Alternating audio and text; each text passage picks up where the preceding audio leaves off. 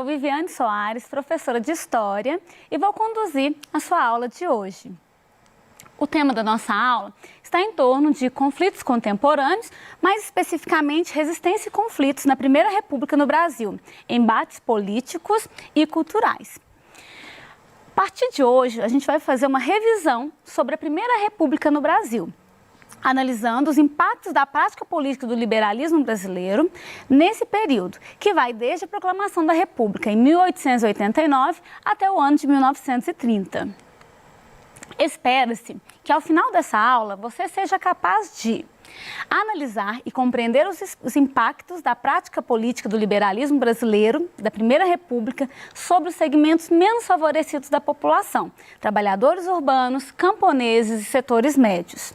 Analisar as ações do Estado republicano em favor da modernização e seus impactos sobre a população, considerando a reação ao papel do discurso científico, o higienismo.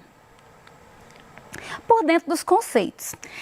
Nós vamos trabalhar hoje, então, a Primeira República. Mas antes de falarmos da República, precisamos compreender aí, né, o que se trata ao dizer República, o que a gente tinha antes dessa Primeira República no Brasil. Então, olha, diferenciando aqui monarquia, que é o sistema que a gente tinha anteriormente, né, antes da proclamação da República em 1889.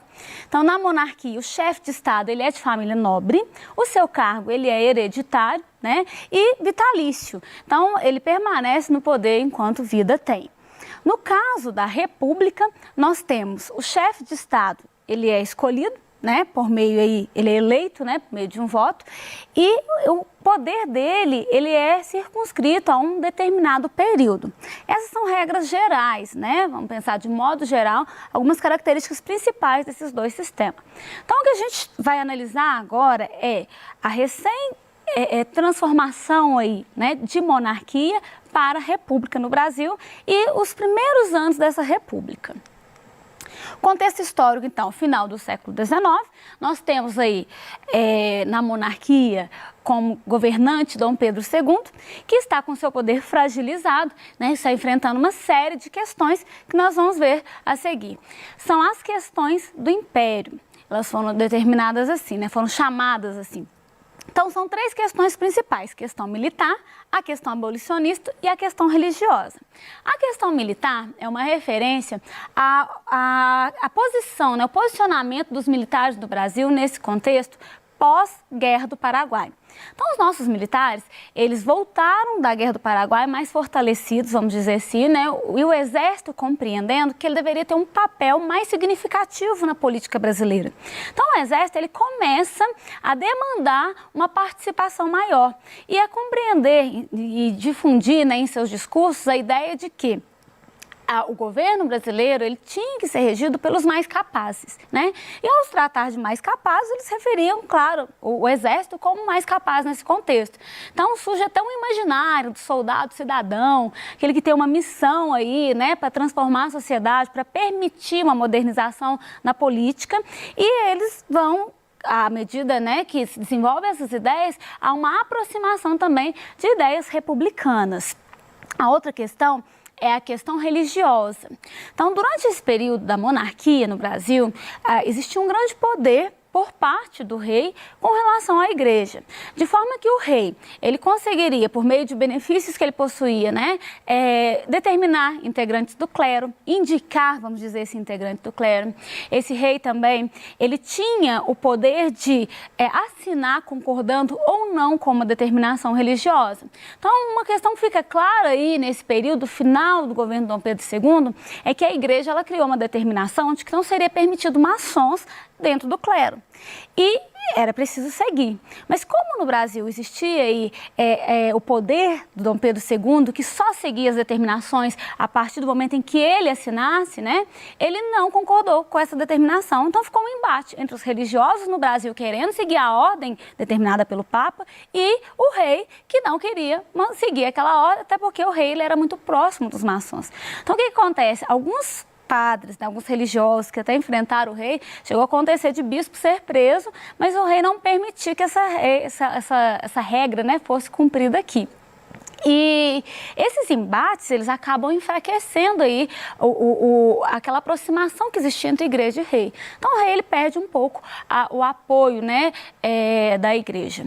Outra questão importante para a gente é a questão abolicionista. A gente está falando de um contexto em que já havia, né, várias discussões em torno da necessidade de abolição da escravidão. O movimento abolicionista, ele estava bem grande, né, tinha bastante força, e era um caminho também, né, que é, bem dizer, um caminho sem volta. Se a gente pensar que o Brasil, ele estava atrasado, né? Ficou para trás nessa questão da abolição da escravidão. Isso fazia com que a pressão fosse muito maior, e o rei, ele tinha que lidar com duas questões. Por um lado, atender os anseios, né, dos abolicionistas de maneira geral, de uma sociedade como um todo, de outros países. A gente pensar na América, né, como um todo, a gente não tem mais esse sistema de escravidão, e o Brasil permanecer. Então, ele ficava sofrendo essa pressão de um lado, e de outro lado, os proprietários de escravos, que, por terem comprado escravo no momento em que a escravidão foi permitida, eles começam a questionar: eles vão receber indenização? O governo vai devolver para eles o direito que eles gastaram? Então, há esse embate também. E uma clara associação, gente, porque os países da América aboliram a escravidão e instituíram a república. O Brasil tinha a escravidão e a monarquia. Então, eles começam a relacionar. Será que, se nós fôssemos uma república, a gente ainda teria escravidão? Então, são discussões que estavam aí muito fortes, e problemas para Dom Pedro II enfrentar nesse finalzinho aí do seu governo. Então, a gente tem aqui até uma charge em que Dom Pedro II está, né, meio que preocupado, vamos dizer assim, dizendo: olha, o governo vai cair, eu já briguei com os fazendeiros, já briguei com a igreja. No caso, ele se refere ao exército, e aí o membro do exército fala para ele, fala assim: quem mandou você criar questões militares, né? Numa referência que também o setor militar estava tendo problemas com o rei.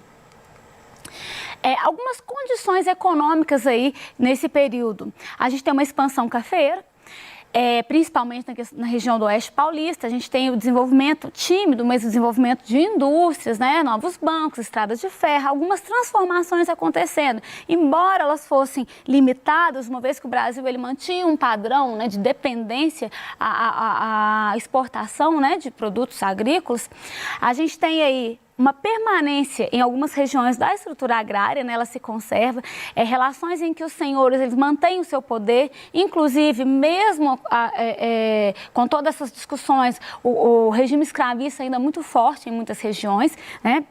A mão de obra escrava, ela começa a ser substituída pelo imigrante, não só por uma questão da abolição da escravidão, mas também por uma necessidade que se havia naquele momento, dentro de um contexto aí de branquear a população, né, de eugenia, vamos dizer assim, de melhoramento da população. Existia essa ideia de que era importante, tanto como mão de obra, mas trazer também o imigrante para que a população brasileira ela passasse gradativamente por um processo de clareamento, né? Estou falando de clareamento mesmo, de embranquecimento da população, seriam os termos aí. A gente tem também a questão do imigrante, que vai estar muito presente nas primeiras indústrias, né? Que vai cumprir um papel muito importante mais adiante, aí até mesmo no movimento operário. Um ponto importante nesse momento aí é a abolição da escravidão. Como foi dito, já era uma movimentação grande, mas a gente compreendeu os limites dessa abolição, uma vez que a lei que põe fim à escravidão, ela não consegue reparar os problemas sociais que esta causou. Então, os ex-escravizados, eles vão ter que enfrentar uma série de questões, como preconceito, a falta de condições, né? A exclusão na sociedade, a marginalização e todos esses fatores que eles vão ter que enfrentar, muitas vezes eles estão ligados aí a medidas que são institucionais, né? Leis, por exemplo, que são criadas naquele contexto, que impede o acesso à propriedade, né? Que limita certos tipos de trabalhos que não podem ser feitos pelos negros. Então, há aí uma dura batalha logo após a abolição da escravidão, deixando claro que foi um ponto importante nesse avanço aí, né, para a liberdade dos negros, mas cheio de limitações com relação aos direitos aí, às questões sociais. Qual a situação política desse governo Dom Pedro II, então? A gente tem a falta de habilidade para resolver, né, esses impasses que ele estava vivenciando, a gente tem a perda de apoio, né, grupos importantes que até então apoiavam ele foi perdendo.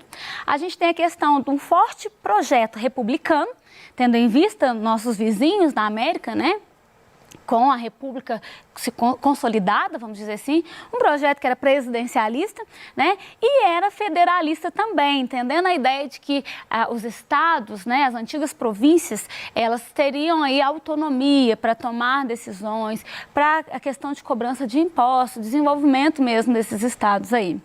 A gente tem também a disseminação das ideias liberais, né, que vai chegar no Brasil também, juntamente com as ideias positivistas, né, que vão aí ter como precursor o pensador Auguste Comte, que vai tentar, né, vai buscar a utilização de métodos científicos aplicados às questões sociais. Então, o próprio emblema da nossa bandeira, né, a ordem e progresso, faz parte desse pensamento, né, na ideia de ter a ordem como meio, um progresso como fim, tentar aplicar meios aí da ciência mesmo para as outras questões de maneira geral, aí, questões sociais, questões políticas.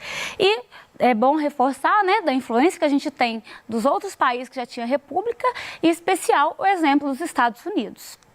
Então, a proclamação da República, ela vai se dar aí em meio a essa aproximação que a gente tem entre os republicanos, os que defendiam aí esse sistema, e também os militares, que já estavam caminhando nessa direção.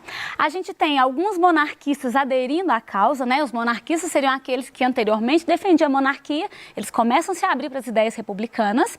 A gente vai ter também nesse contexto os boatos, né? Começa a divulgar aí que o Dom Pedro estava tentando organizar uma repressão aos militares, e isso ajuda no desenvolvimento desse processo que vai culminar na proclamação da República. Então, no dia 15 de novembro de 1889, Deodoro da Fonseca, ele vai assumir o comando das tropas, né? E ele vai depor o ministério que estava aí tomando frente no quartel-general do Exército. E 2 dias após, a família real, ela é mandada para o exílio, né? Então, a gente tem aí o fim da monarquia no Brasil, a família real, ela é retirada, e a gente vai ter a instituição aí, né? O caminhar de um novo modelo aí, que vai ser o republicano. Tem uma chargezinha, né, que vai tratar um pouco sobre esse contexto.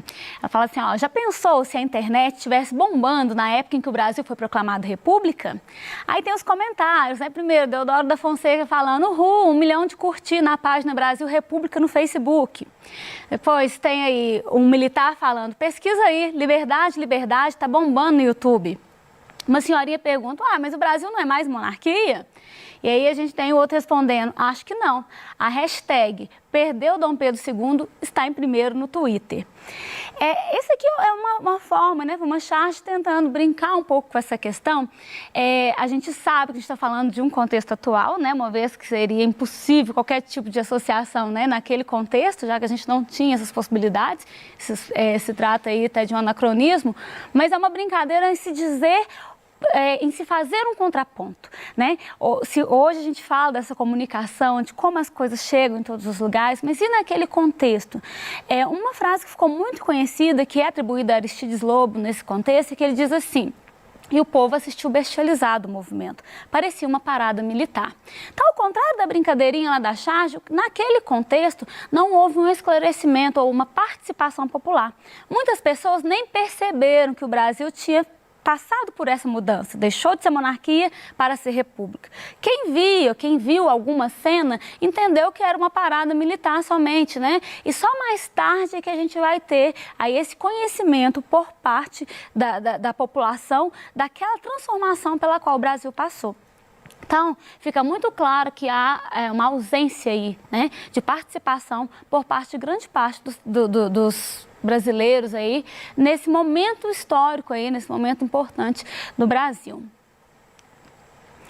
Em se tratando da Primeira República, 2 momentos para a gente aqui que a gente faz uma divisão da Primeira República. Então, primeiramente, a República da Espada, que é de 1889 a 1894, e depois a República Oligárquica. Nesse momento agora vamos falar da República da Espada. Esse nome, República da Espada, é uma referência à arma do Exército, né? A espada aí como uma importante arma aí utilizada durante muito tempo pelo Exército. E por que chamar de República da Espada, então? É porque membros do Exército, militares, é que governaram o Brasil. Então, de 1889 a 1894, a gente teve militares governando, por isso República da Espada. Bom, dois especificamente, né, dois presidentes nesse contexto nosso aí. Primeiro, Deodoro da Fonseca, que vai assumir provisoriamente, depois ele vai assumir constitucionalmente, né? Então, ele teve algumas tarefas importantes logo que ele assumiu, né? O banimento da família imperial, a questão de assumir os compromissos da monarquia, né? Todos os compromissos e dívidas, inclusive, a preocupação em se elaborar uma Constituição republicana. Então, a gente tem um novo sistema, a gente precisa, então, das leis de acordo com isso, então a gente precisa de uma Constituição, foi também um ponto importante para ele. E também ele vai vivenciar nesse contexto uma política econômica que visa a industrialização no Brasil, embora ela não tenha o resultado esperado, foi chamada encilhamento, né, que é a política econômica do Rui Barbosa, que por meio da emissão de moeda, ele tentou incentivar a indústria, só que o efeito foi o contrário, uma vez que indústrias fantasmas foram criadas e o desenvolvimento que era esperado, ele não aconteceu de fato. Depois a gente tem o governo Floriano Peixoto, que ele vai tentar conter as instabilidades da República, vamos dizer assim, né? A especulação, a inflação, que foi gerada, inclusive, por essa política econômica do governo anterior, né? A gente vai ter aí a questão dele tentar controlar as revoltas. O Marechal Deodoro da Fonseca, ele era um presidente mais autoritário, ele se aproximava muito do monarquismo, né? Ele ainda tinha aquela ideia. Então, ficou muito claro, enquanto ele governava, as medidas autoritárias. Ele chegou a fechar o Congresso, por exemplo, porque ele queria tirar do poder alguns presidentes de Estado que ele não concordava. Então, tudo isso fez com que ele sofresse uma forte oposição. O Deodoro da Fonseca, ele renunciou, e foi assim que Floriano Peixoto assume logo em seguida, tá? O Floriano Peixoto, ele vai ter um papel muito importante, gente, porque ele também vai enfrentar revoltas. A gente tem a revolta da Armada e a revolta federalista acontecendo e ele precisa pôr um fim, né, nessas revoltas, o que deu a ele o título de consolidador da República, também conhecido como Marechal de Ferro, por causa da firmeza dele para conter aí, certo? E o outro contexto nosso aqui é a República Oligárquica, que é um período aí que ele é marcado por maior autonomia dos estados, o federalismo ele dá mais autonomia, isso dá um desequilíbrio dos estados com relação ao plano nacional, uma vez que os estados conseguiam fazer acordos e controlar a política, né? É uma marca muito grande aí o predomínio dos estados de São Paulo e Minas Gerais e também a força e o poder por parte dos coronéis, que eram fazendeiros que desde o Império havia recebido esse título de coronel e tinha uma interferência muito grande na região em que ele estava inserido. Então, o coronelismo é esse sistema em que o coronel, ele interfere até mesmo na questão política local, de forma que ele consegue controlar as pessoas que vivem naquela região, por meio da troca de favores, ele conduz a população para um determinado candidato, né? A gente tem o clientelismo, que é justamente se oferecer prêmios, emprego, comida em troca de voto. E uma prática comum nesse contexto foi o voto de cabresto, que é uma referência ao cabresto mesmo do animal, né? Ao dizer que o coronel, ele conduz o eleitor para fazer o que ele estava desejando aí, né? E nesse paraíso das oligarquias, as práticas eleitorais fraudulentas não podiam desaparecer.